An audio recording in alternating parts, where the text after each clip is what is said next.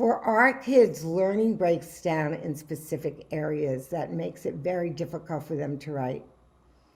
For instance, when we use this information processing model to talk about how these kids learn, it gives us a way to understand better what's happening when they sit there staring at the paper. So in order for learning to happen, the environmental stimuli has to be positive, pleasant, and something that the kids are tuning into. So if the child is daydreaming and the teacher is talking in a monotone voice, the child will just continue to daydream because the inner world is much more exciting than whatever the teacher is saying. But not only that, I mean, we know some of our kids are better as auditory learners, some of them are better visual, some of them, need to be moving around in order to pay attention. They're attracted to pictures, music. There's different stimuli in the environment that is either accepted by their brains or repelled. And one of the reasons it gets repelled is because of the amygdala. Any piece of information that enters the brain immediately passes through the amygdala. That is our fight or flight. So if kids have had a bad experience with writing, that amygdala is going to say, don't do it, avoid it, shut down, flee, fight. It's protecting them from negative experiences.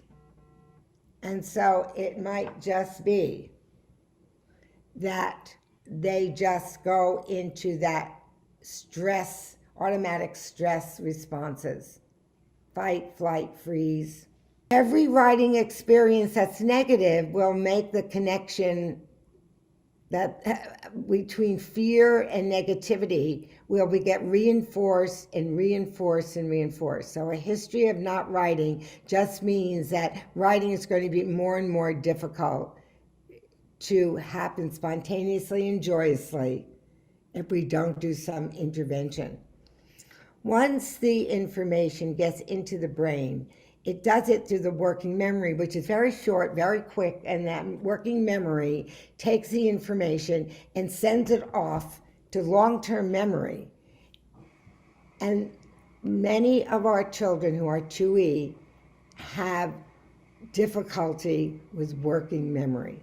That does not work well for them. The working memory gets involved when we are inputting information, inputting the directions. If there are too many directions at once, that working memory cannot hold on to all of them, so it forgets some of them. That working memory is supposed to be able to see if something's important, not important, and it happens instantaneously. So if, in fact, the information that comes in is not rejected by the amygdala, and the working memory does send it off into long-term memory, it gets stored somewhere. And depending on the kind of brain our kids have, if these are kids with autism, often it gets filed on their desktop. If they're ADHD, it gets in a file folder, but the details somehow get lost. So the children's brain wiring is going to dictate how they store information, and which will make it either easier for them to retrieve or more difficult.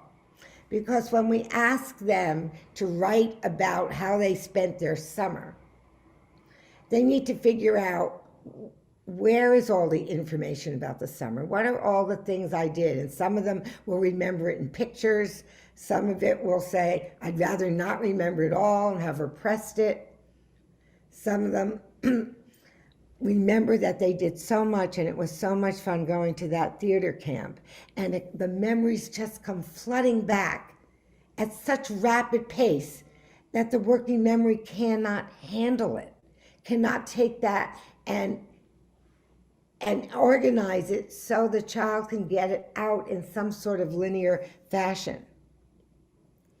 And then worse than that, if they do get it out and the teacher says this is to be in writing, especially handwriting, everything can break down again. And the more anxious the child is about writing, the worse the brain functions. So whereas the working memory may be adequate, if the child is anxious, the working memory then becomes more problematic. Processing speed, how quickly they can all do this and think about getting information in, information out so that they can write, is slowed down. That whole, because anxiety is interfering.